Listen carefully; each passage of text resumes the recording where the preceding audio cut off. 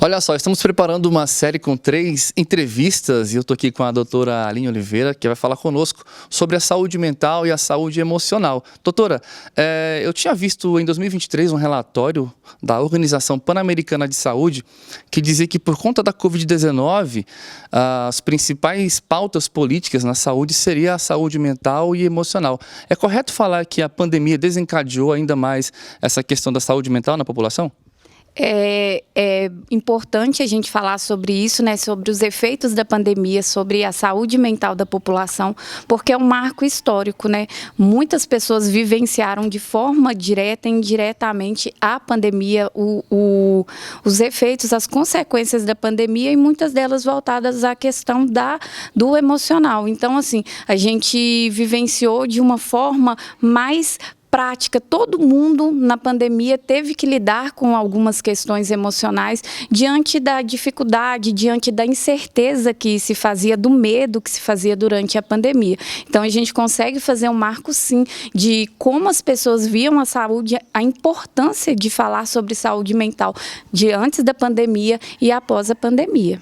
Muita gente fala muito em depressão, em ansiedade, e também tem suas ramificações, né? E com essa questão da pandemia, nós podemos entender que não foi somente uma situação individual que traz esses transtornos, esses problemas, né? Esses sintomas, para falar mais claramente. Como, por exemplo, uma dificuldade em controlar suas próprias emoções, dificuldade em relacionamentos particulares, individuais, mas tem mais coisas que trazem também problemas como esse. Quais são? Olha, a gente precisa entender que nós, enquanto indivíduos, nós somos únicos. Cada um sente a sua maneira. Nós dois podemos vivenciar a mesma situação e cada um interpretar de acordo com as suas vivências, de acordo com as suas experiências, né? Quando a gente fala sobre problemas no seu relacionamento, sobre suas ramificações, a gente precisa ter o cuidado de não generalizar, né? Não porque eu tenho um sintoma específico que eu vou ter um transtorno específico. Todos nós vivenciamos todas as emoções, nós temos uma tendência maior a querer sentir emoções que nos produzem sensações que são mais agradáveis e temos uma tendência a reprimir aquilo que não produz na gente uma sensação que é agradável. É importante a gente ressaltar que a gente não consegue controlar aquilo que a gente sente. A gente precisa aprender a lidar com aquilo que a gente sente.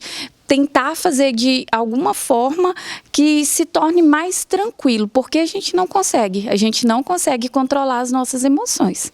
Também tem essas questões de transtornos, de outras situações, porque se fala muito, como eu falei agora há pouco, de ansiedade e depressão, mas existem outros fatores também, a insônia, o transtorno de déficit de atenção e hiperatividade, tudo isso também faz parte desse quadro psicológico e como é que é possível identificar se existe realmente esse problema ou não? Então, é importante a gente procurar um profissional em saúde, né, mental para que ele realize um diagnóstico assertivo, porque fatores isolados não configuram um transtorno, um diagnóstico, né?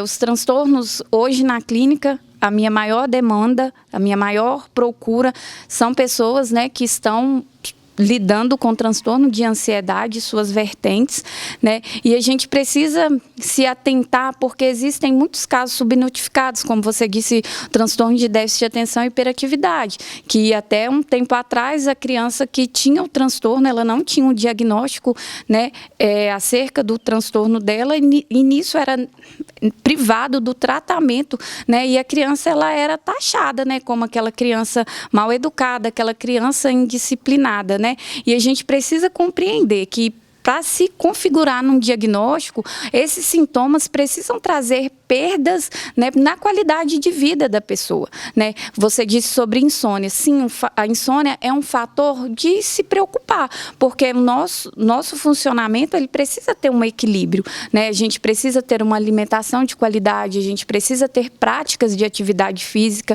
né? Porque foi o tempo que as pessoas buscavam por questões estéticas. Hoje a gente sabe que a prática de atividade física, ela traz, né, qualidade de vida, está ligada diretamente a questões de saúde fisiológica, né? E a questão do sono, por quê? No sono é aquele momento em que a gente vai descansar, que o nosso corpo ele vai descansar mesmo, ele vai entrar ali naquele estado de repouso, aquele estado de repouso em que a pessoa vai recarregar as energias para ela poder, né, começar o dia seguinte. Então, se alguns desses pilares, se eu não estou tendo uma boa alimentação, se eu não estou tendo uma boa qualidade de sono, se eu não estou tendo práticas de atividade física, com certeza isso vai ter efeito, né, na minha vida, na minha qualidade de vida, na minha qualidade de produção, né? Isso vai afetar nas minhas relações sociais, vai afetar nas minhas questões profissionais também. Então, assim, só para reforçar, quando a gente fala sobre diagnóstico, sobre algum transtorno, o paciente, ele precisa ter perdas significativas na qualidade de vida dele. Sintomas isolados não configuram em si um transtorno. Agora, nós falamos muito também em remediar os casos, né, em tratar os casos. Caso eu ainda não tenha um diagnóstico correto, mas eu queira prevenir qualquer tipo de questão psicológica, qualquer transtorno, o que eu devo fazer? Você acabou de falar sobre atividade física, né? Nós sabemos que é muito importante a prática de atividades físicas para remediar, para tratar, até para prevenir também. Existem algumas outras práticas ou atividades que nós podemos fazer que contribuam para um tratamento ou até para prevenção, de uma forma geral, nessas questões psicológicas? Claro, uma das perguntas que eu mais recebo quais são os primeiros sinais, os indícios de que eu estou em adoecimento, em processo de adoecimento emocional. Normalmente, isso acontece, embora nós sejamos sujeitos únicos, né? Mas é algo que acontece na maioria dos casos. As pessoas, elas começam a deixar de fazer coisas que elas gostavam antes, coisas que eram prazerosas para ela.